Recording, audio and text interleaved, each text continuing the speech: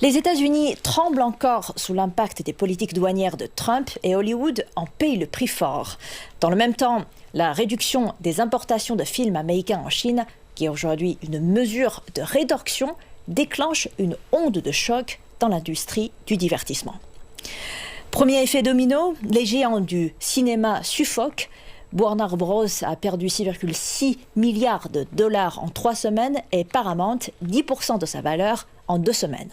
Un producteur hollywoodien a résumé, il a dit, je cite, « C'est la fin d'une époque, celle où Hollywood dialoguait avec le monde ».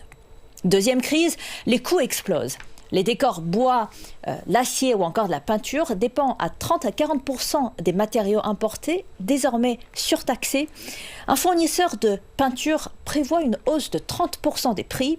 Et résultat, les studios réduisent les tournages. À Los Angeles, le taux d'occupation des plateaux est tombé à 63%, au plus bas depuis 10 ans. Et troisième menace, c'est le déclin culturel. La Chine, qui est le deuxième marché mondial cinématographique, réduit ses importations.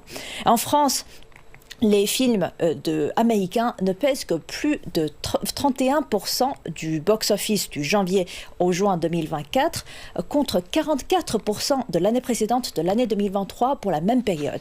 Et en Inde, seulement 7% pour la même période. Pire encore, les revenus liés aux droits d'auteur s'effritent. George Huang, qui est réalisateur, il compare Hollywood à une voiture suspendue au bord d'un prépice, un simple plume pouvant tout faire basculer.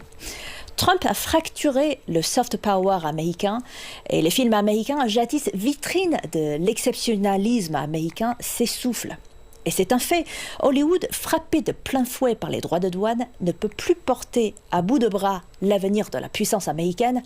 Et pourtant, dans une certaine mesure, quand Hollywood cesse d'être le centre narratif du monde, chacun pourra devenir un conteur d'histoire.